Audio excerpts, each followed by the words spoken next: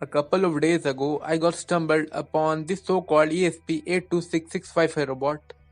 So let's try to build one with a cool adjustable camera attachment.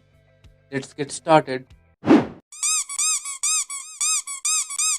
The heart of this robot will be a Node MCU board which has ESP8266 microcontroller, which is quite powerful in comparison to traditional Atmega 3280p with additional Wi-Fi capabilities.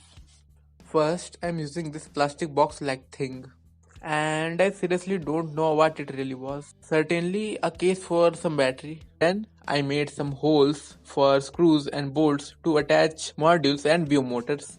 Also, I made a big hole super glued with a plastic piece, which I will talk to you later. Then I connected BU motors and attached a small servo motor for adjusting the camera vision. Next, I used L298N H-bridge motor driver to connect motors both sides parallelly. In order to make a connection between Node MCU with servo motor and L298N, we have to connect the pins as follows. Note that enable A, input 1 and input 2 pins are used for both the left motors, and enable B, input 3 and input 4 are used for both the right motors. I am simply using some jumper wires to connect them. Now mounting the Node MCU board and 18650 holder on the body.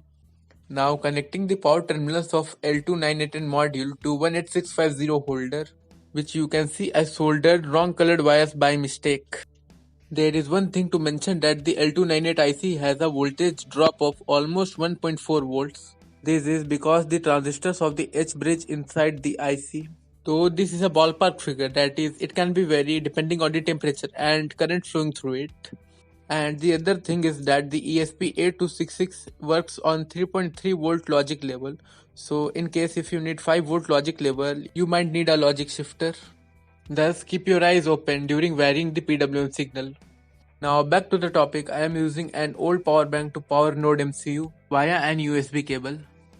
Therefore, the Node MCU's V-in pin is free to deliver the 5 volt output of the power bank, which I am going to use for servo motor in this case. Now, in order to choose camera, we have options like expensive Raspberry Pi camera or rather cheap ESP32 cam. I am just using my mobile camera because it has all I need. Thus, I made a housing for my smartphone using recycled materials, putting it in that hole that I mentioned earlier, and connected it with the shaft of the servo motor using a small iron rod. Now we are almost done, so let's jump to the programming part. I analyzed some pre-written codes and wrote a new one at my own. You can check out the description link. This code is quite simple, in other words, just for connecting to Wi-Fi, controlling BO motors and servo motors. Here the ESP behaves as an access point which we can relate to as a Wi-Fi hotspot, but we can't access internet because it doesn't have any Ethernet cable. Note that the servo can rotate in 5 different angles, which is 0, 45, 90, 135 and 180 degrees. In order to make a communication between the robot and my smartphone, I made an app using MIT App Inventor, which still needs some more development. Or I can use any pre-made app. After programming the Node MCU, I can connect it to my Wi-Fi, where you can see that I changed my SSID and added a password. Now, after connecting both the power sources, let's do a test run using this app. Also, don't forget the IP address of the ESP. Well, it's working fine and ready to go on a ride.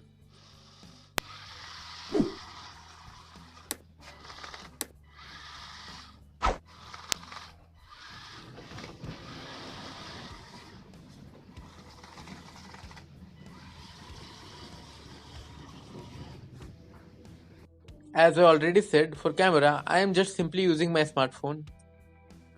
Well, there is something about servo that I am warning you. Make sure that the servo can rotate freely, or in some scenarios, the ESP will crash and restart from scratch, which is not good. And the second thing is to control your servo according to your code.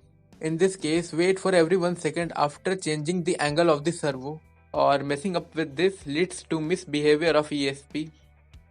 And the last thing is I am using this leftmost icon for 2 operations, which is first press for rotation of 45 degrees and second press for rotation of 90 degrees.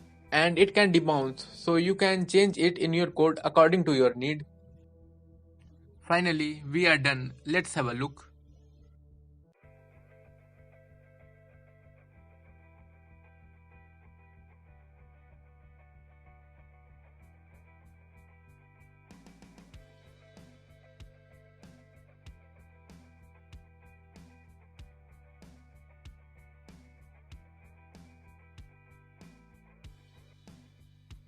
If you found this video helpful, please grab a like and subscribe or I will kill you. Thanks for watching, and remember one thing, everything is practically possible.